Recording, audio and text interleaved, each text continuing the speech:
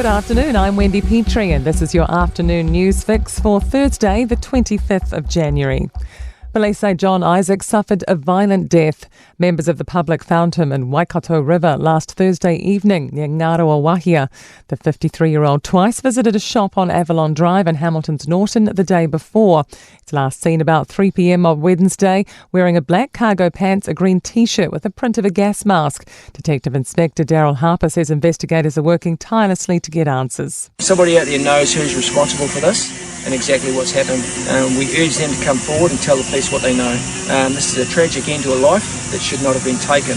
The Independent Children's Monitor says its research shows Oranga Tamariki hasn't met requirements for children's health and dental checks. National care standards from 2019 set out minimums for when a child comes into care, including annual health and dental checks.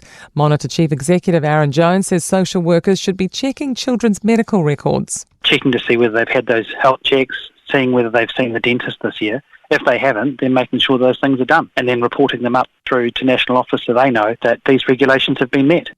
More than a year after a Greymouth burglary, 2 Christchurch men have been charged with stealing $20,000 worth of jewellery in November 2022. Blake Benny reports. The pair, aged 26 and 32, will appear in the district court tomorrow. They're charged with burglary and unlawfully getting into a motor vehicle, and also accused of stealing a vehicle from the West Coast store. Police say a dedicated local officer built a solid case of evidence against the pair. Advocates are asking Wellington City Council to put politics aside to improve the city's housing affordability. A City for People wants greater building height limits, one of many measures it's plugging ahead of the council district plan vote. Spokesperson Luke Somerville says homes shouldn't be a political issue. Everyone recognises there's a housing crisis. Everyone accepts that we need to build more. The council's planning rules are too restrictive. Basically, we're coming out and saying we've got an awesome opportunity here to fix these rules.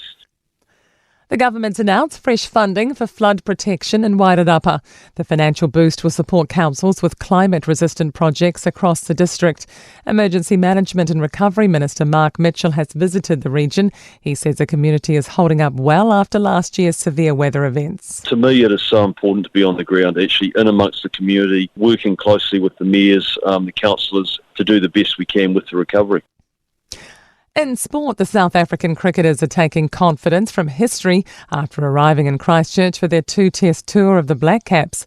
New Zealand have never won a test series against the Proteas, but might have a good chance with the bulk of South Africa's regulars back home playing 2020 domestic cricket.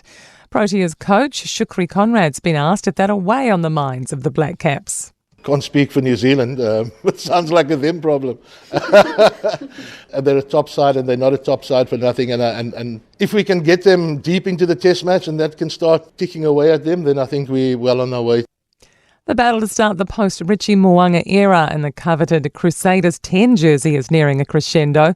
Taha Kemara and new recruit Revez Rehana will both get opportunities at first 5 in pre-season matches against Munster and Bristol.